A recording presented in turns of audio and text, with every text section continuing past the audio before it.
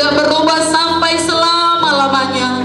Kami selalu percaya kepadamu, Tuhan yang sanggup memberkati kami, melindungi kami di setiap musim hidup ini. Amin. Tuhan selalu menolong, menjaga dan memelihara kami seumur hidup kami. Kami tidak perlu khawatir ya Tuhan. Terima kasih Tuhan Yesus buat kehadiran-Mu di tengah-tengah kami. Kau yang bertata di atas pujian penyembahan umat-Mu. Sungguh indah berada dalam hadirat-Mu. Kami dipulihkan dan dibaharui. Kami rindu Kau selalu. Diam di dalam bait-Mu, menikmati kasih anugerah-Mu. Pada hari yang Engkau berkati ini kami mau mendengarkan firman-Mu. Hati kami terbuka ya Tuhan. Nyatakan kuasa-Mu melalui firman-Mu. Kami tahu firman-Mu tidak pernah gagal. Firman-Mu berkuasa. Firman-Mu memberkati seluruh hidup umat-Mu. Dan dengan bersih hati kami mematahkan semua pekerjaan roh jahat, setan penipu yang mengganggu kami mendengarkan firman Tuhan.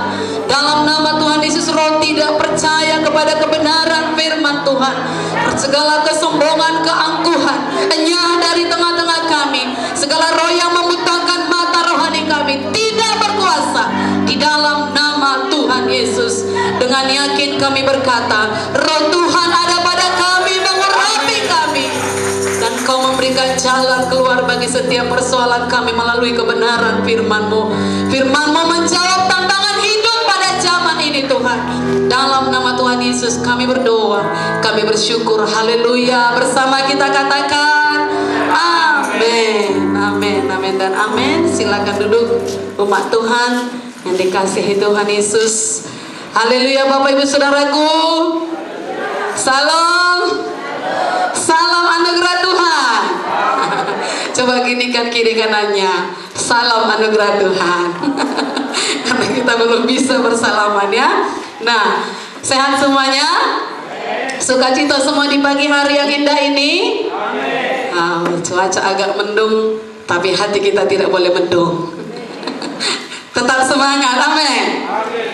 Firman Tuhan pada hari ini minggu terakhir bulan Juni. Tidak terasa kita sudah setengah tahun menjalani tahun 2020. Dan kalau Tuhan sudah menolong kita sampai hari ini, maka sampai akhir tahun pun Tuhan pasti menolong kita. Yang percaya lebih kuat aminnya. Amin. Lebih semangat lagi.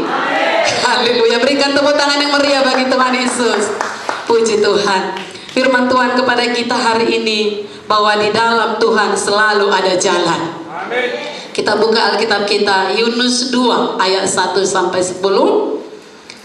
Kita baca bersama-sama ayat ini. Yunus 2 ayat 1 sampai 10. Dapat Bapak Ibu Saudaraku, ada di layar. Mari kita bersama 1, 2, 3. Berdoalah Yunus kepada Tuhan Allahnya dari dalam perut ikan itu. Katanya, dalam kesusahanku aku berseru kepada Tuhan, dan Ia menjawab aku. Dari tengah-tengah dunia orang mati aku berteriak, dan Kau dengarkan suaraku. Lanjut ayat 3.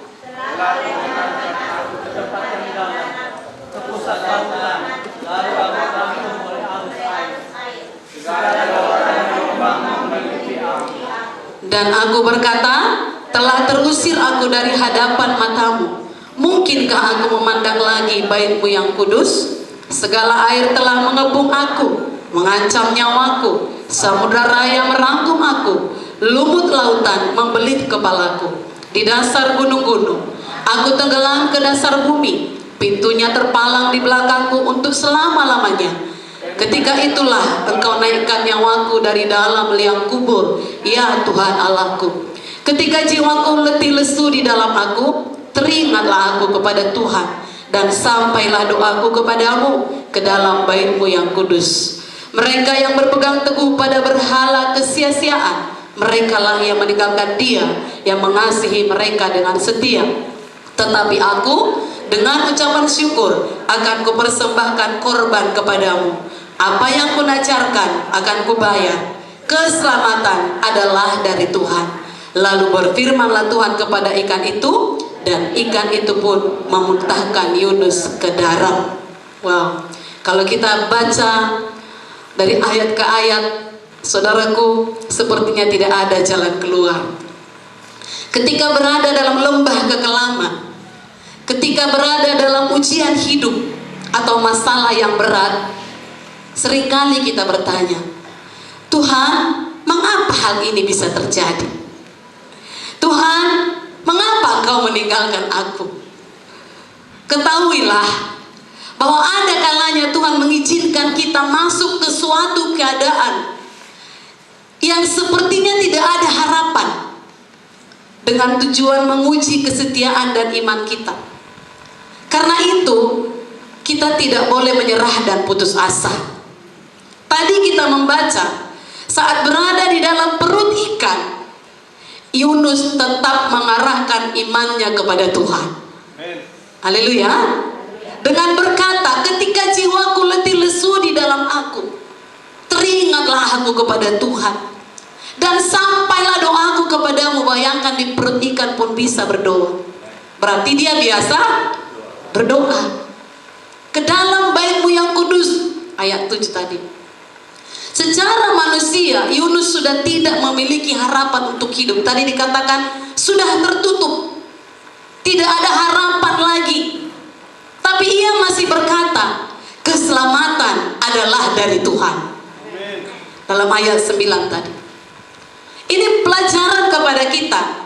Sebesar apapun persoalan kita, Tuhan Yesus jawaban dalam hidup kita. Sebagaimana Tuhan sanggup mengeluarkan Yunus dari perut ikan, dan ia pun sanggup menolong kita.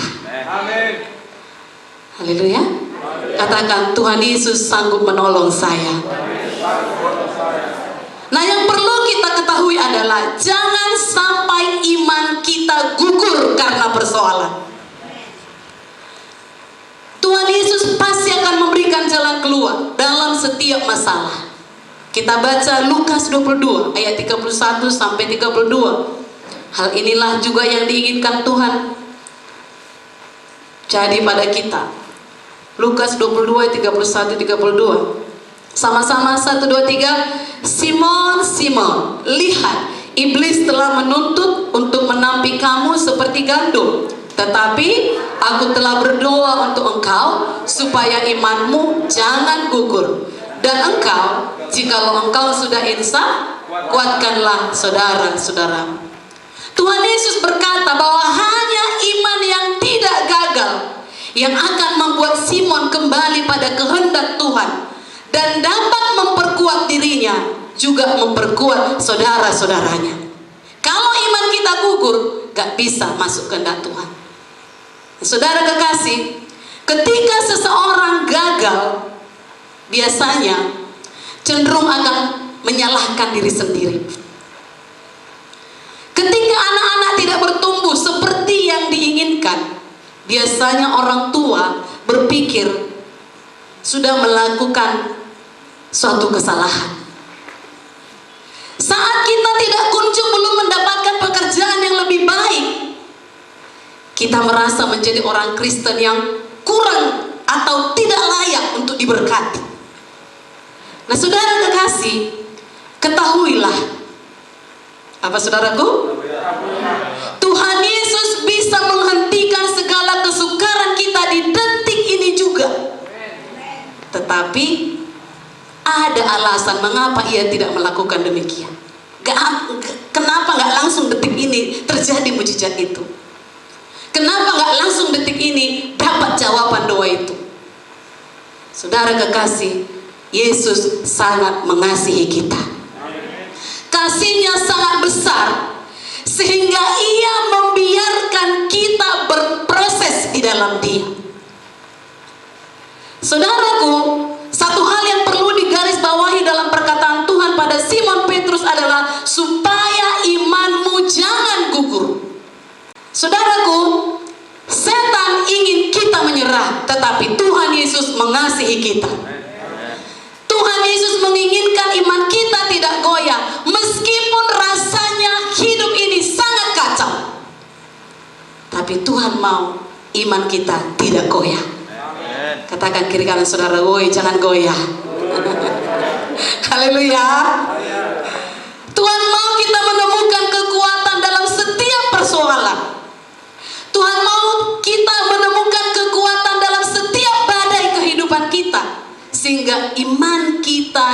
dimurnikan.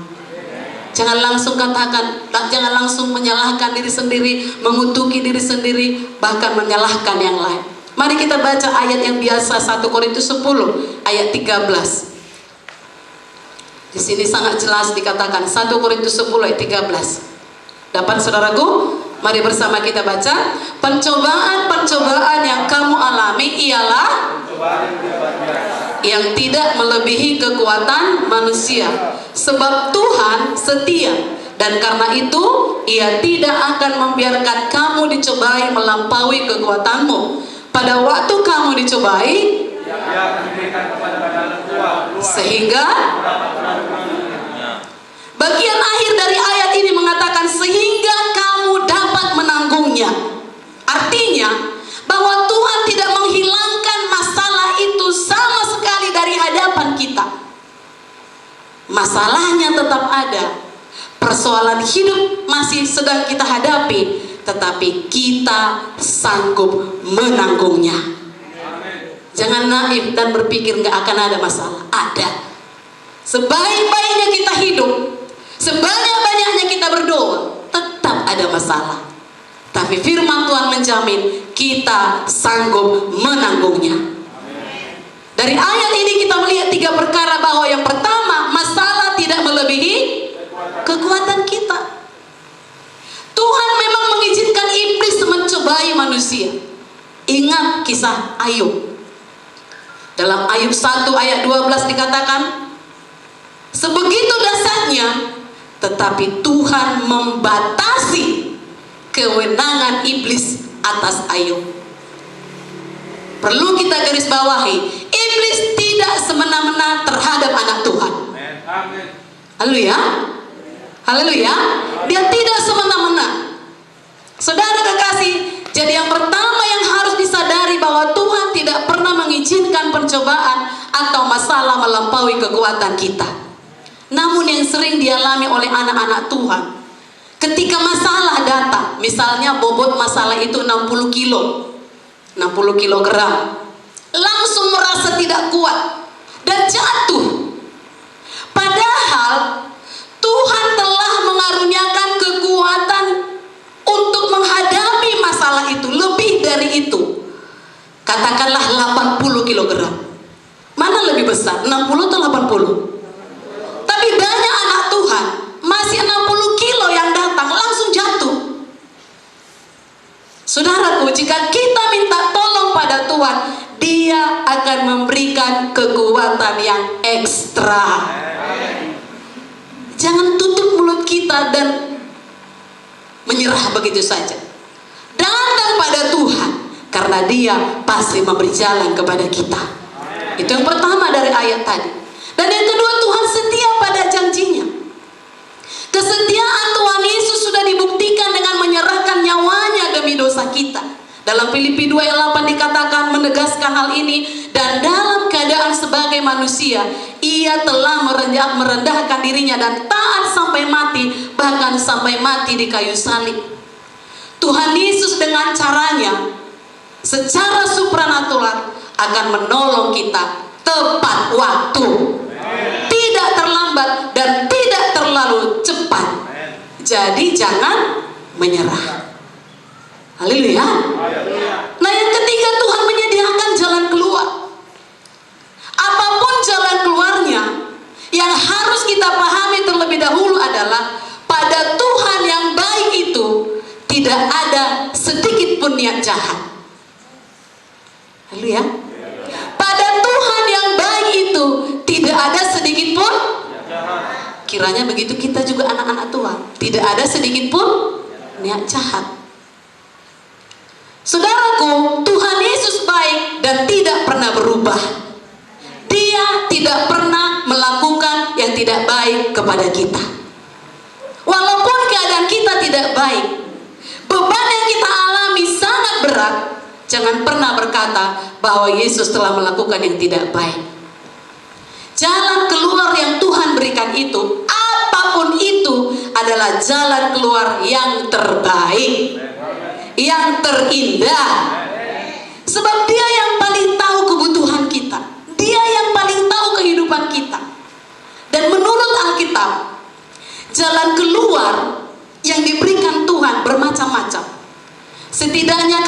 simpulkan 3 jalan keluar. Yang pertama, jalan keluarnya dikatakan melampaui apa yang kita minta atau pikirkan. Terheran-heran kita, wow, ku minta segini, tapi segini datangnya, luar biasa. Itu melampaui. Dalam Efesus 3:20 berkata, bagi dialah yang dapat melakukan jauh lebih banyak daripada yang kita doakan atau pikirkan, seperti yang ternyata dari kuasa yang bekerja di dalam kita. Itu memang jalan keluar yang dahsyat. Semua kita mengharapkannya, amin. Yang kedua, sama seperti yang kita minta. Mintalah maka akan diberikan kepadamu. Carilah maka kamu akan mendapat. Ketoklah maka pintu akan. Nah, sama seperti yang kita minta. Begitu jalan keluarnya. Tapi yang ketiga ini yang membuat banyak anak Tuhan bisa salah persepsi. Begininya mengikut Tuhan. Apa itu yang ketiga? Tidak seperti yang kita minta. Seperti Paulus yang telah meminta 3 kali kepada Tuhan agar duri dalam dagingnya dicabut, tapi enggak. Seperti Yesus yang telah minta 3 kali kepada Bapa agar cawan dilalukan daripadanya, tapi enggak. Harus dijalani. Ini menjadi contoh pada kita bahwa jalan keluar yang kita minta tidak selalu sama seperti yang kita inginkan. Haleluya. Tetapi yang pasti Tuhan menyediakan jalan keluar bagi kita. Waktu Paulus, lalukanlah Tuhan, cabutlah duri dalam daging ini. Dikatakan 2 Korintus 12 ayat 8 sampai 9. Tentang hal itu aku sudah 3 kali berseru kepada Tuhan. Berapa kali?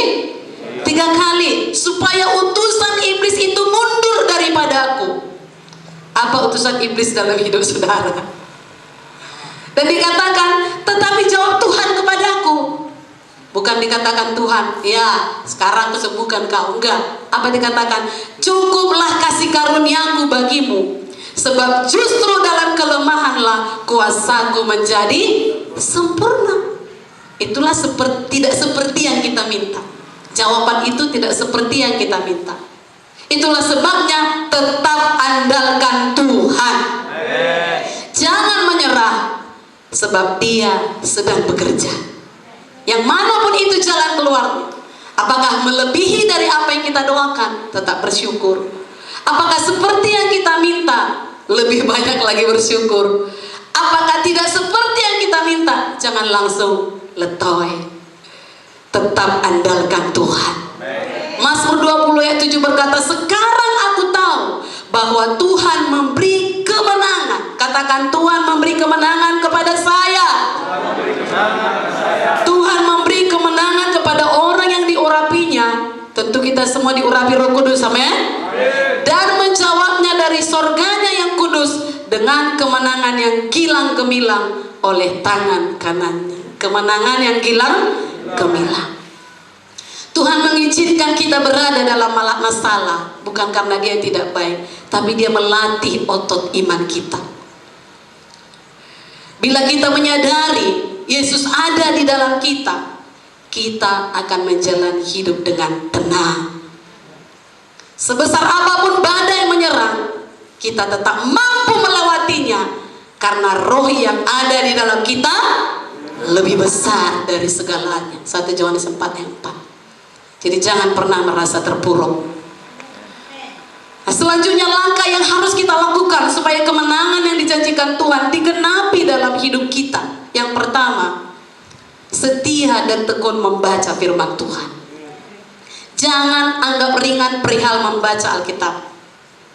Mungkin kita berkata, sudah kulakukan. Namun, seberapa lama kita konsekuen dan konstan melakukannya? Kita harus sadar Alkitab itu adalah firman, dan firman itu adalah Tuhan Yesus sendiri. Kenapa ini yang pertama sekali langkahnya? Karena memang ada banyak hal yang menyita waktu kita sehingga tidak membaca firman-Nya. Nah, saudara kekasih, kita harus menyadarinya. Ketika kita membaca firman-Nya dan memasukkannya dalam hati kita, memasukkannya dalam pikiran kita, Yesus pun masuk dalam hati kita, Yesus pun masuk dalam pikiran kita, dan Dia yang ada di dalam kita itulah yang menghadapi persoalan itu. Haleluya. Boleh saja kita memiliki masalah yang besar, namun jangan sampai karena masalah tersebut kita malah menjauh dari Tuhan. Malas aku baca Alkitab ini, itu aja pun ku baca, gak adanya terobosan. Jangan demikian. Saudaraku, semakin kita jauh dari Tuhan, semakin jauh pula kita dari perlindungannya. Kita akan lebih rentan lagi terhadap masalah. Jangan salah ambil jalan. Amin saudaraku. Akan tetapi jika tetap berada di dalam naungan Tuhan, maka perlindungan Tuhan juga akan selalu dekat. Itu yang pertama.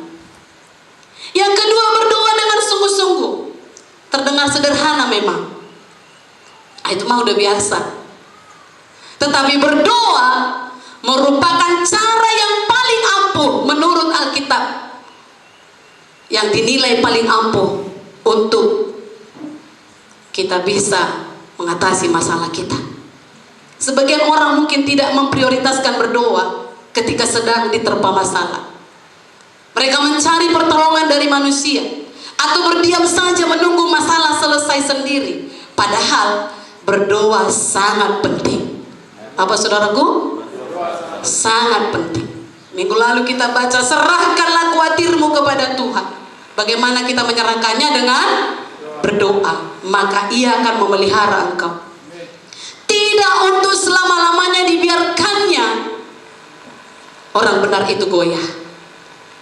Kalaupun mungkin agak goyah kita dengan situasi ini, tapi kalau kita berdoa, tidak akan lama itu goyah itu. Haleluya. Dikatakan lagi dalam Filipi 4 ayat 6, janganlah hendaknya kamu khawatir tentang apapun juga, tetapi nyatakanlah dalam segala hal keinginanmu kepada Allah dalam doa dan permohonan dengan ucapan syukur. Jangan sekali-kali kita lari mencari pertolongan atau bersandar kepada manusia. Beberapa bulan lalu kita belajar hal ini, karena itu akan membuat kita kecewa. Dan memang Alkitab pun menentang hal itu. Terkutuklah orang yang mengandalkan manusia, yang mengandalkan kekuatannya sendiri, dan yang hatinya menjauh daripada Tuhan. Lari pada Tuhan. Haleluya. Jangan lari dari Tuhan, lari pada Tuhan. Berseru padanya sampai pintu sorga terbuka. Haleluya. Sudahkah kita berdoa? Mungkin kita akan menjawab sudah. Doain bagaimana? Alkitab berkata, doa orang benar bila dengan yakin didoakan, sangat besar kuasanya. Saudaraku, doa orang yang hidupnya benarlah yang berkuasa, yang diperhatikan Tuhan. Nah, jika Tuhan sepertinya tidak memperhatikan doa kita dan tidak segera menjawab doa kita, ya bisa saja masih ada ketidakbenaran. Jangan pertahankan ketidakbenaran itu. Poin ketiga, tinggalkan dosa. Hidup dalam pertobatan selalu. Haleluya. Bertobat berarti menanggalkan manusia lama dan mengenakan manusia baru. Jangan terus di situ. Saudaraku, pertobatan adalah kehendak Tuhan yang utama. Tanpa pertobatan, kita nggak bisa menikmati janji Tuhan. Jangan nggak sadar, amin. Haleluya. Jangan kita melulu mempertanyakan kenapa. Tunduk kita di bawah kaki Tuhan, Dia akan insafkan kita. Dia akan sadarkan kita yang mana tidak benar. Nggak perlu saling mempersalahkan. Haleluya. Yang keempat, kita perlu sahabat. Yang perlu sahabat katakan saya. Saya juga perlu sahabat. Amsal 17 ayat 17 berkata, seorang sahabat menaruh kasih setiap waktu dan menjadi saudara dalam kesukaran. Ya, Tuhan Yesuslah sahabat sejati kita, amin. Itu sebabnya berjalanlah bersama Yesus untuk dapat melewati setiap permasalahan kita, karena Dia sahabat sejati kita. Namun sahabat di dunia ini juga penting. Jangan mau hidup sendiri. Haleluya. Karena itu kita harus punya komunitas di mana kita dapat bertumbuh dan dapat saling menguatkan. Dalam gereja kita ada namanya cell group. Saudaraku, di sel grup kita bisa bersahabat. Mungkin situasi ini sekarang, situasi pandemi yang membatasi orang-orang yang harus berkumpul, tetapi paling tidak ada 2-3 keluarga. Saudaraku, bersahabatlah. Jangan pula sudah 2-3 keluarga sulit bersahabat. Haleluya. Di antara sel grup misalnya selama ini ada 3 atau 4 kelompok. Mungkin satu waktu misalnya di rumah yang besar boleh sekali sebulan bertemu, tetap protokol kesehatan tentunya. Jaga jarak, hidup bersih, pakai masker. Jangan jadi kehilangan sahabat. Haleluya saudaraku. Saudara kekasih, menjadi sahabat untuk saling berbagi, saling mendoakan, saling meneguhkan. Karena firman Tuhan berkata, 2 orang saja sepakat dalam Matius 18 ayat 19 meminta apapun juga, maka firman Tuhan berkata Bapa di sorga mengabulkannya. Kalau ada sahabat dalam sel grup 2-3 orang, 3 keluarga, ada 10 orang, lebih dahsyat kuasanya, sehingga ada jalan atas setiap persoalan kita. Amin. Yang kelima, iman percaya. Matius 9 ayat 29b berkata, jadilah kepadamu menurut imanmu. Kita harus mempunyai iman bahwa kita dapat melewati setiap permasalahan kita, dan semuanya akan baik-baik saja dalam nama Yesus. Haleluya. Karena iman, Musa mampu bertahan menyelesaikan tugasnya membawa umat Israel keluar dari Mesir. Ibrani 11 ayat 27 mengatakannya. Iman ini sangat penting. Iman adalah satu-satunya yang ingin Tuhan Yesus dapati waktu dia datang, waktu dunia ini berlalu. Lukas 18 ayat 8 berkata, aku berkata kepadamu, ia akan segera membenarkan mereka. Akan tetapi jika anak manusia itu datang, adakah ia mendapati iman di bumi? Kalau sekarang Yesus cek satu persatu, adakah iman di tempat ini? Yang beriman katakan saya. Jadilah padamu menurut imanmu. Haleluya. Bagaimana iman dapat timbul? Ya Roma 10:17, mendengar firman. Bagaimana iman dapat bertumbuh? Dengan membaca. Kembali ke poin pertama tadi. Efesus 4 ayat 3 yang 4 berkata, apabila kamu membacanya, apa saudaraku? Apabila kamu membacanya, kamu dapat mengetahui daripadanya pengertian akan rahasia Kristus. Jangan gak dibaca. Haleluya. Kita akan dapat, oh kenapa ya Paulus begitu kuat? Kenapa ya dia gak mundur sekalipun? Yaitu, apabila kita membacanya, kita dapat rahasia itu. Amin saudaraku. Kita tidak asal baca, kita harus berusaha memahami firman Tuhan. Untuk mengerti saja sangat sulit, apalagi melakukannya. Haleluya. Itu sebabnya Efesus 5:17 berkata, jangan bodoh, usahakanlah kamu mengerti kehendak Tuhan.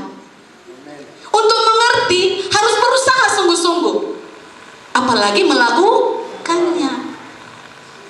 Karena hanya orang yang melakukannya yang berbahagia. Haleluya saudaraku. Oleh karena itu, kita perlu melangkah dengan yakin dan selalu percaya bahwa Tuhan akan hadir untuk menolong. Amin. Dan selanjutnya kita harus bersukacita. Katakan lagi kiri kanannya, bersukacitalah. Jangan muka lonjong. Haleluya. Ini minggu terakhir mungkin dompet menipis, jangan khawatir. Roma 12 ayat 2 berkata, bersukacitalah dalam pengharapan, sabarlah dalam kesesakan, dan bertekunlah dalam doa. Haleluya.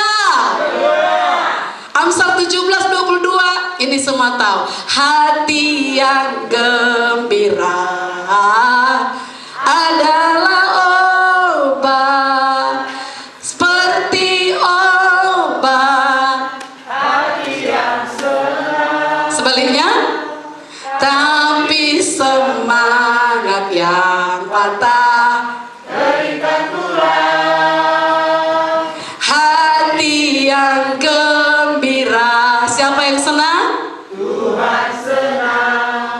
Tuhan senang? Gembiralah. Haleluya. Itu obat yang manjur. Jangan kering tulangmu. Tulang-tulangmu maksudnya, bukan paman ya. Amin saudaraku. Nah, saudara kekasih, jangan pernah menghadapi masalah dalam keadaan tertekan. Hadapi masalah dengan sukacita. Karena Yesus akan senantiasa menyertai kita apapun yang kita hadapi. Jadi untuk apa takut lagi?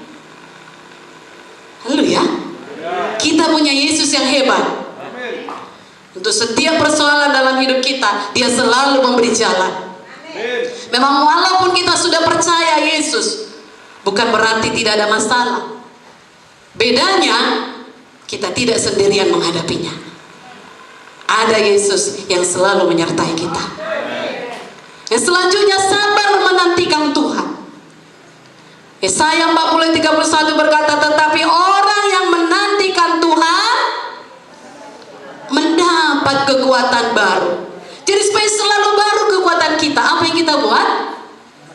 Nantikan Tuhan. Duduk di bawah kakinya, memuji menyembah Dia. Dikatakan mereka seumpama raja wali yang naik terbang dengan kekuatan sayapnya. Mereka berlari tidak menjadi lesu, mereka berjalan dan tidak menjadi lelah. Jangan katakan lelah kali aku hidup ini. Kalau kita menanti-nantikan Tuhan, tidak menjadi lelah.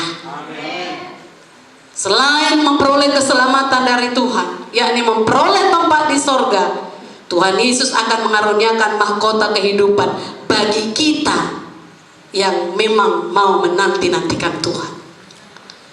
Dalam Yakobus 1:12 berkata begini, berbahagialah orang yang bertahan dalam pencobaan, sebab apabila ia sudah tahan uji, ia akan menerima mahkota kehidupan yang dijanjikan Tuhan kepada barang siapa yang mengasihi Dia. Yang mengasihi Tuhan Yesus katakan amin. Mahkota kehidupan menantimu. Dan yang terakhir, bersyukur akan kehidupan yang kita jalani. Sama dengan manusia pada umumnya, Rasul Paulus juga mengalami susah maupun senang, kelebihan maupun kekurangan dalam hidupnya. Akan tetapi dia tetap bersyukur akan kehidupannya. Kita baca dulu ayat ini bersama-sama. Filipi 4 ayat 12 sampai 13. Filipi 4 ayat 12 sampai 13. Dapat? Yuk sama-sama 1, 2, 3. Aku tahu apa itu kekurangan dan aku tahu apa itu kelimpahan. Dalam segala hal dan dalam segala perkara, tidak ada sesuatu yang merupakan rahasia bagiku, baik dalam hal kenyang maupun dalam hal kelaparan, baik dalam hal kelimpahan maupun dalam hal kekurangan. Segala perkara dapat kutanggung di dalam Dia yang memberi kekuatan kepadaku. Katakan amin. Masalah apapun yang kita hadapi saat ini, harus kita hadapi.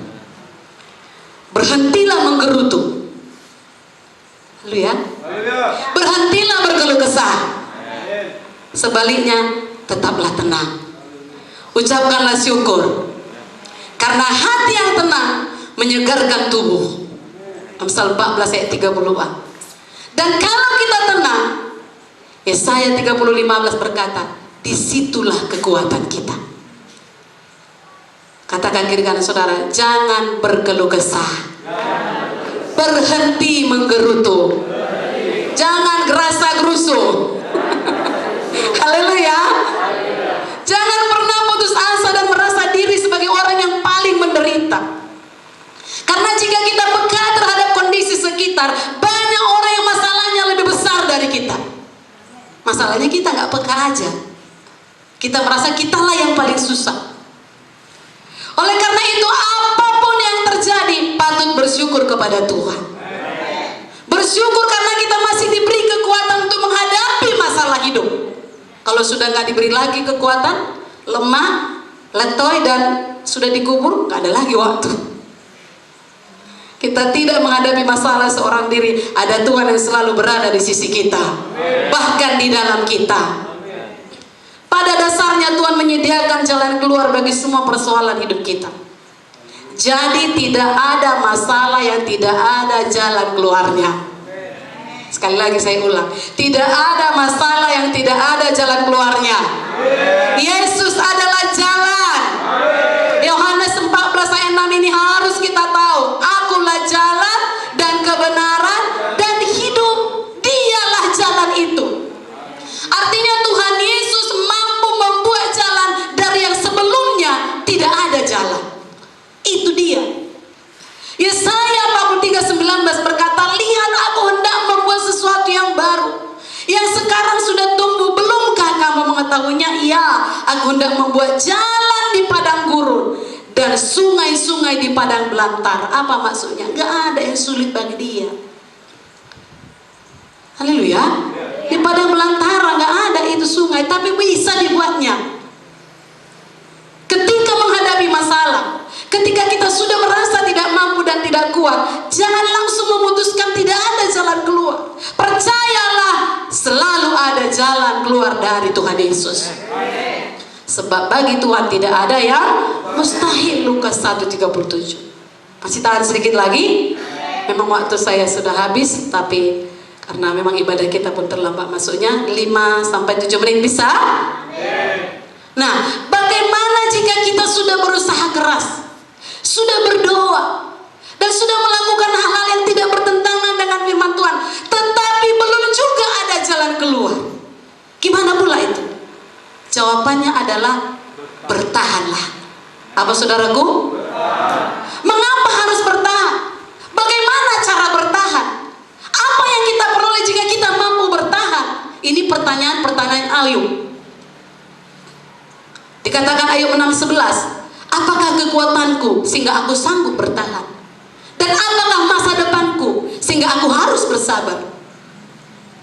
Memang diminta kita bertahan, lalu apa yang terjadi? Apa bisa kita bertahan? Dan kalau bertahan, apa hasilnya? Alkitab mencatat alasan mengapa kita harus bertahan. Kita baca, saya bacakan beberapa ayat. Matius 10:22. Dan kamu akan dibenci semua orang. Udah ada di sini dibenci semua orang? Belum ya. Dan kamu akan dibenci semua orang oleh karena namaku, tetapi orang yang bertahan sampai pada kesudahannya akan selamat. Jadi kalau karena nama Yesus, karena kalau kebenaran engkau dibenci, bertahanlah, Yesus tetap Tuhan. Matius 24:13, tetapi orang yang bertahan sampai pada kesudahannya akan selamat. Lukas 21:19, kalau kamu tetap bertahan, kamu akan memperoleh hidup. Dari ketiga ayat ini kita mengetahui bahwa tidak ada kesia-siaan jika kita bertahan. Tuhan menjamin bahwa kita akan selamat, tidak akan kehilangan hidup kita. Dalam Matius 6 dituliskan, hidup itulah yang paling penting. Keselamatan itulah yang paling penting dari segalanya. Tuhan Yesus mengatakan bahwa bukankah hidup itu lebih penting dari segalanya?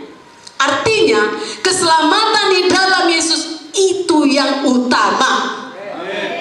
Saudaraku, jika kita mampu bertahan di dalam Yesus, tidak beralih dari kebenaran kepada kegelapan, maka Tuhan memberikan damai sejahtera di bumi dan tempat di sorga. Itu yang paling utama. Musuh utama kita iblis. Iblis mampu menggoyangkan iman anak-anak Tuhan, khususnya pada saat menghadapi masalah. Target iblis adalah supaya anak-anak Tuhan murtad. Apa itu murtad? Menjauhi Tuhan, melawan Tuhan, dan mengutuk Tuhan. Kenapa bisa terjadi demikian? Karena kecewa. Kecewa pada Tuhan. Kok nggak dijawab-jawab doaku? Kok nggak terjadi mujizat? Kok nggak ada jalan? Sampai itulah target iblis. Jangan sampai itu jadi pada kita. Kita harus tahu target iblis. Oleh sebab itu, kenakan seluruh perlengkapan senjata Tuhan. Efesus 6:11 berkata, supaya kamu dapat bertahan. Tadi dikatakan, bagaimana supaya bertahan? Mengenakan perlengkapan senjata Tuhan. Sehingga kamu dapat bertahan melawan tipu muslihat iblis. Semua kita tahu apa itu perlengkapan senjata Allah dalam Efesus 6:14-18. Dikatakan, ikat pinggang kebenaran dan berbaju jirakan keadilan. Yesuslah kebenaran kita dan keadilan kita. Di luar Dia kita nggak bisa benar. Di luar Dia kita nggak bisa adil. Dikatakan yang kedua, kasut kerelaan memberitakan Injil. Biarlah kaki kita tidak menyimpang dari Injil. Amin saudaraku. Kita tidak malu akan Injil. Injil adalah kuasa Tuhan untuk keselamatan setiap orang yang percaya. Mari melangkah ke arah manapun Roh Kudus tuntun, ke siapapun Roh Kudus tuntun. Injak daerah musuh dengan berani untuk membebaskan para tawanan dari ikatan iblis. Itu kaki berkasutkan kerelaan memberitakan Injil. Haleluya. Injak daerah musuh berarti di situ nggak ada suka lihat kita, nggak ada suka akan Injil, tapi kita tetap pergi ke sana. Amin. Selanjutnya dikatakan perisai iman. Ini menggambarkan perlindungan dan keamanan. Lawan musuh dengan teguh di dalam iman.